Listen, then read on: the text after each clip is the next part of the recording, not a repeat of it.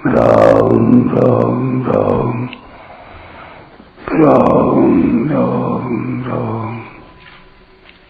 राम राम राम नारायण नारायण। संबंध। अब आगे के 31वें श्लोक में सम्यक निश्चय का फल बताते हैं। क्षिप्रं भवति धर्मात्मा शाश्वतशान्तिं निगच्छति कौन्तेय प्रतिजानीहि न मे भक्तः प्रणश्यति। वह तत्काल उसी क्षण धर्मात्मा हो जाता है और निरंतर रहने वाली शांति को प्राप्त हो जाता है। हे कुंती नंदन, तुम प्रतिज्ञा करो कि मेरे भक्त का विनाश नहीं होता। व्याख्या।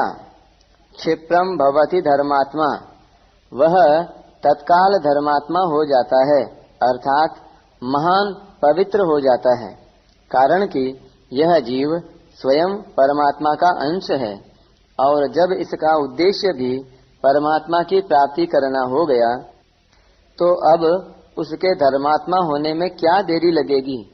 अब वह पापात्मा कैसे रहेगा, क्योंकि वह धर्मात्मा तो स्वतः था ही, केवल संसार के संबंध के कारण उसमें पापात्मापन आया था जो कि आगंतुक था। अब जब अहंता बदलने से संसार का संबंध नहीं रहा तो वह ज्यों का त्यों धर्मात्मा रह गया। यह जीव जब पापात्मा नहीं बना था तब भी पवित्र था और जब पापात्मा बन गया तब भी वैसा ही पवित्र था, कारण कि परमात्मा का अंश होने से जीव सदा ही पवित्र है। केवल संसार के संबंध से वह पापात्मा बना था, संसार का संबंध छूटते ही वह ज्यों का त्यों पवित्र रह गया। पाप करने की भावना रहते हुए मनुष्य मेरे को केवल भगवान की तरफ ही चलना है ऐसा निश्चय नहीं कर सकता।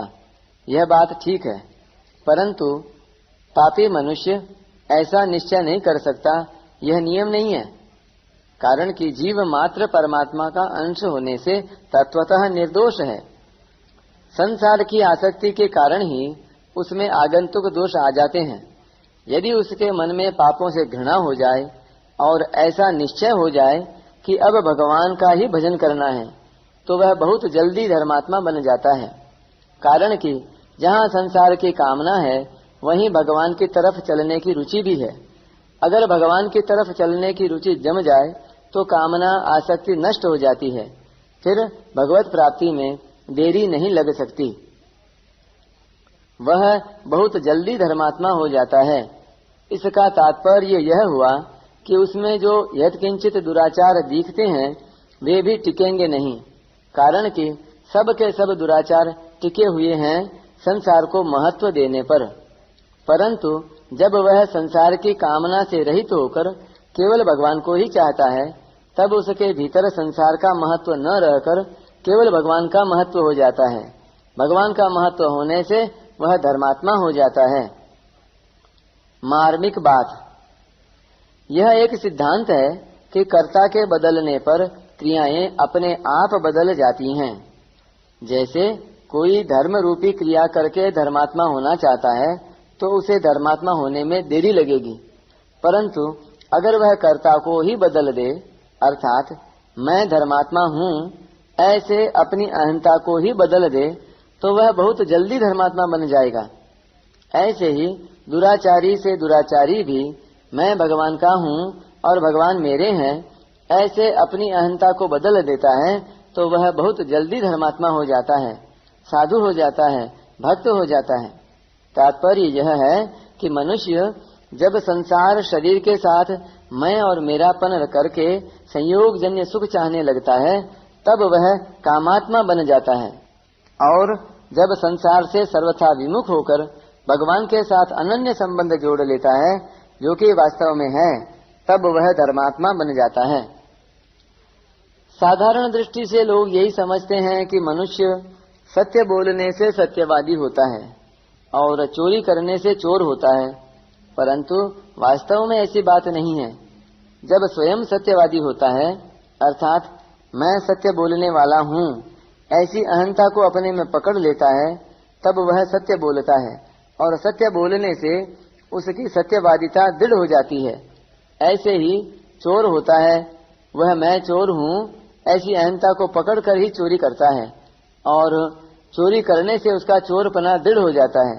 परंतु जिसकी अहंता में मैं चोर हूँ ही नहीं ऐसा दृढ़ भाव है, वह चोरी नहीं कर सकता।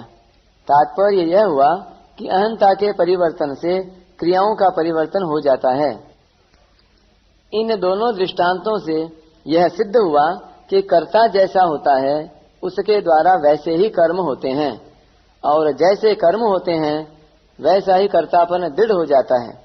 ऐसे ही यहाँ दुराचारी भी अनन्य भाग होकर, अर्थात मैं केवल भगवान का हूँ और केवल भगवान ही मेरे हैं, ऐसे अनन्य भाव से भगवान के साथ संबंध जोड़ लेता है तो उसकी अहंता में मैं भगवान का हूँ, संसार का नहीं हूँ, यह भाव दृढ़ हो जाता है, जो कि वास्तव में सत्य है। इस प्रकार अहंता के बदल जाने पर क्रियाओं में किंचन मात्र कमी रहने पर भी वह बहुत जल्दी धर्मात्मा बन जाता है। यहाँ शंका हो सकती है कि पूर्व श्लोक में भगवान सुदुराचारः कहकर आए हैं, तो फिर यहाँ भगवान ने उसको धर्मात्मा क्यों कहा है? इसका समाधान है कि दुराचारी के दुराचार मिट जाएं तो वह सदाचारी अर्थात धर्मात्मा ही होगा। अतः सदाचारी कहो या धर्मात्मा कहो, एक ही बात है।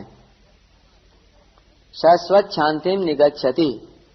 केवल धार्मिक क्रियाओं से जो धर्मात्मा बनता है उसके भीतर भोग और ऐश्वर्य की कामना होने से उसको भोग और ऐश्वर्य तो मिल सकते हैं पर शाश्वती शांति नहीं मिल सकती। दुराचारी की अहंता बदलने पर जब वह भगवान के साथ भीतर से एक हो जाता है तब उसके भीतर कामना नहीं रह सकती, असत का महत्व नहीं रह सकता, इसलिए उसको निरंतर रहने वाली शांति मिल जाती है। दूसरा भाव यह है कि स्वयं परमात्मा का अंश होने से चेतन अमल सहज सुख राशि है, अतः उसमें अपने स्वरूप की जो अनादि अनंत स्वतः सिद्ध शांति है, धर्मात्मा होने से अर्थात भगवान के साथ अनन्य भाव से संबंध होने से वह शाश्वती शांति प्राप्त हो जाती है। केवल संसार के साथ संबंध मानने से ही उसका अनुभव नहीं हो रहा था। कौन्तेय प्रतिजानीहि न मे भक्तः प्रणश्यति। यहाँ मेरे भक्त का पतन नहीं होता, ऐसी प्रतिज्ञा भगवान अर्जुन से करवाते हैं, स्वयं नहीं करते। इसका आशय यह है कि अभी युद्ध का आरंभ होने वाला है और भगवान ने पहले ही हाथ में शस्त्र न लेने की प्रतिज्ञा कर ली है, परंतु जब आगे भीष्म जी यह प्रतिज्ञा कर लेंगे कि आज जौ हरि न शस्त्र गहाऊं तो ला जौ गंगा जननी को शांतनु सुत न कहाऊं, तो उस समय भगवान की प्रतिज्ञा तो टूट जाएगी पर भक्त की प्रतिज्ञा नहीं टूटेगी, अर्थात भीष्म जी की प्रतिज्ञा नहीं टूटेगी। भगवान ने चौथे अध्याय के 3 श्लोक में भक्तोसि मे सखा चेति कहकर अर्जुन को अपना भक्त स्वीकार किया है। अतः भगवान अर्जुन से कहते हैं कि भैया तू प्रतिज्ञा कर ले, कारण कि तेरे द्वारा प्रतिज्ञा करने पर अगर मैं खुद भी तेरी प्रतिज्ञा तोड़ना चाहूंगा तो भी तोड़ नहीं सकूंगा, फिर और तोड़ेगा ही कौन। तात्पर्य हुआ कि अगर भक्त प्रतिज्ञा करे तो उस प्रतिज्ञा के विरुद्ध मेरी प्रतिज्ञा भी नहीं चलेगी। मेरे भक्त का विनाश अर्थात पतन नहीं होता। यह कहने का तात्पर्य है कि जब वह सर्वथा मेरे सम्मुख हो गया है तो अब उसके पतन की किंचन मात्र भी संभावना नहीं रही। पतन का कारण तो शरीर के साथ अपना संबंध मान लेना ही था।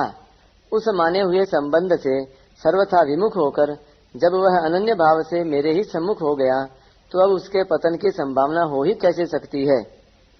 दुराचारी भी जब भक्त हो सकता है तो फिर भक्त होने के बाद वह पुनः दुराचारी भी हो सकता है, ऐसा न्याय कहता है। इस न्याय को दूर करने के लिए भगवान कहते हैं कि यह न्याय यहाँ नहीं लगता। मेरे यहाँ तो दुराचारी से दुराचारी भी भक्त बन सकते हैं, पर भक्त होने के बाद उनका फिर पतन नहीं हो सकता, अर्थात वे फिर दुराचारी नहीं बन सकते। इस प्रकार भगवान के न्याय में भी दया भरी हुई है। अतः भगवान न्यायकारी और दयालु दोनों ही सिद्ध होते हैं।